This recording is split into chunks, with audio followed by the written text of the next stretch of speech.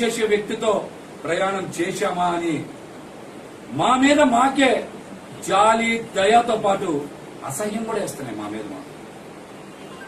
మా మీద మాకు అసహ్యం కూడా వేస్తున్నాయి.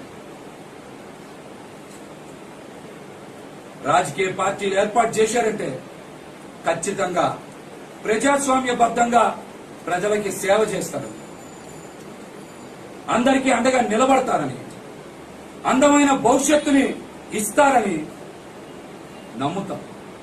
కానీ ఏనాడు పార్టీ నిర్మాణం మీద గాని, కేడర్ మీద గాని, యువత మీద గాని, వీర మహిళల భవిష్యత్తు మీద గాని దృష్టి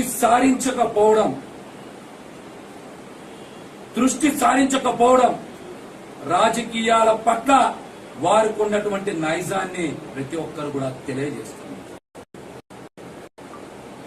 అన్ని తాత్కాలికమే, అంతా నటనే. మేము గుర్తించలేకపోయాం. నమ్మి ఈ రోజున నట్టేట మునిగిపోతాం. మునిగిపోయాం. ప్రజలు జనసేన పార్టీ నాయకుల కన్నా, జన సైనికుల కన్నా, వీర మహిళల కన్నా చాలా తెలివైన వాళ్ళు. మేమే అమాయకులం. మేము అనుకునేవాళ్ళం పవన్ కళ్యాణ్ గారి సిద్ధాంతాలు, భావజాలం ప్రజలు అర్థం చేసుకోవడంలో కాస్త వెనకబడ్డారేమో, మేమే వాళ్ళకి బాగా తెలియజేద్దాం అని అనేక సార్లు ప్రయత్నం చేసినా ప్రజల్ని నమ్మించలేకపోయాం. ప్రజలకి పవన్ కళ్యాణ్ గారి గురించి బాగా తెలుసు. అందుకనే 19లోనే మమ్మల్ని ఓడించారు. మా పార్టీ అధ్యక్షులు పవన్ కళ్యాణ్ గారిని కూడా 2 చోట్ల చిత్తు చేశారు. వాళ్ళు అంటే ప్రజలు తెలివైన వాళ్ళ, పార్టీని నమ్మిన నాయకులు, వీర మహిళలు, సైనికులు తెలివైన వాళ్ళ. ముందు చూపు ఎవరికి ఉంది? మేము ఎంత నమ్మకం కలిగించాలని ప్రజల్లో ప్రయత్నం చేసినా నమ్మకం రాలేదంటే వారికి చాలా దూరదృష్టి ఉంది. ప్రతిసారి మాట్లాడే పవన్ కళ్యాణ్ గారు 25 కేజీల బియ్యం కాదు, 25 సంవత్సరాల భవిష్యత్తు కోసం పార్టీ అన్నారు కదా.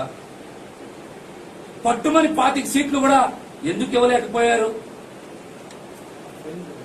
25 రోజుల తర్వాత ఈ పార్టీ భవిష్యత్తు ఏంటి కనీసం మీరైనా చెప్పగలరా?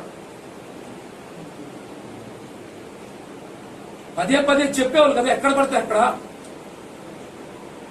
25 కేజీల బియ్యం కాదు, 25 సంవత్సరాల భవిష్యత్తు నేను అందిస్తా అన్నారు. 25 రోజుల తర్వాత జనసేన పార్టీ భవిష్యత్తు ఏంటో మీరు చెప్పగలరా? చెప్పగలరా? మాకైతే చాలా స్పష్టంగా అర్థమవుతుంది. 21 సీట్లతో రాష్ట్ర ప్రజలకి, జనసేన పార్టీకి మీరేం భవిష్యత్తు ఇవ్వగలరు? ముందు దీని మీద సమాధానం చెప్పండి. రాష్ట్ర ప్రజలకి మంచి చేయడం పక్క నుంచి జనసేన పార్టీని నమ్ముకున్న, జనసేన పార్టీ ద్వారా రాజకీయ భవిష్యత్తుని కోరుకున్న వారికి మీరు సమాధానం చెప్పాలి. 21 సీట్లతో మీరు ఎవరికి భవిష్యత్తు ఇస్తారు? 25 సంవత్సరాల భవిష్యత్తు ఇవ్వగలరా? కనీసం ఆ నమ్మకం మీకన్నా ఉందా? మేమందరం జనసేన పార్టీలో ఇష్టపడి, కష్టపడి పనిచేశాం. మీ స్వార్థానికి మా కుటుంబాలన్నీ బలైపోతాం.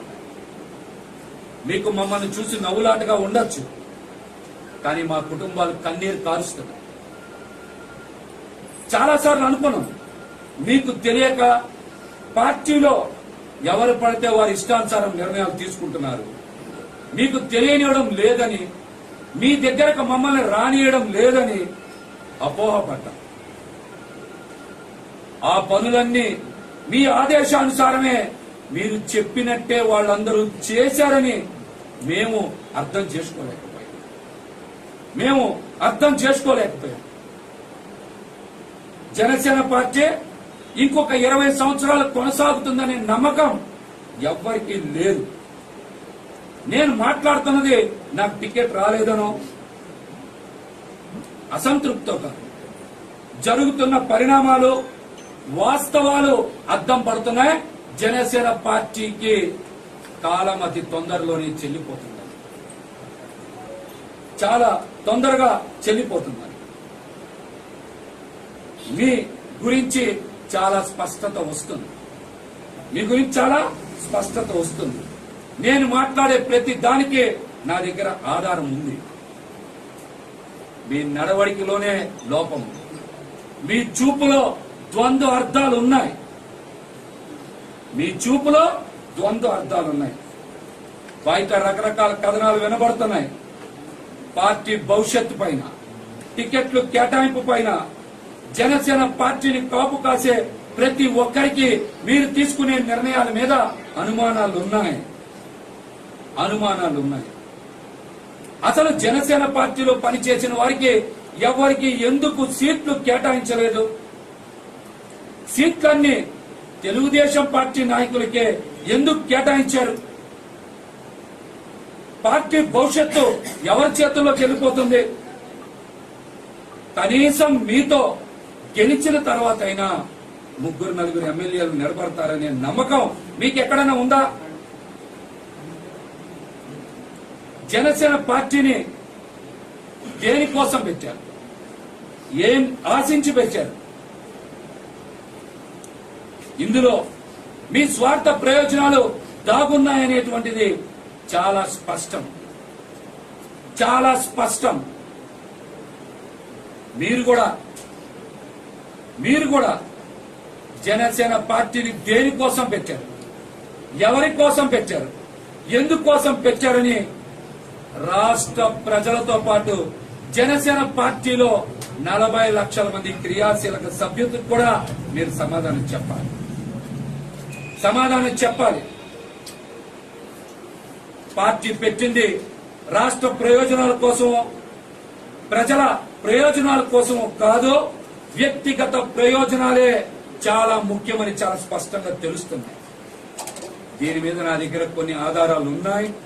అవన్నీ కూడా బయట పెడతా. ముఖ్యంగా మిమ్మల్ని కాపు కాసిన కాపు సామాజిక వర్గాన్ని మీరు ఫలిస్తాం.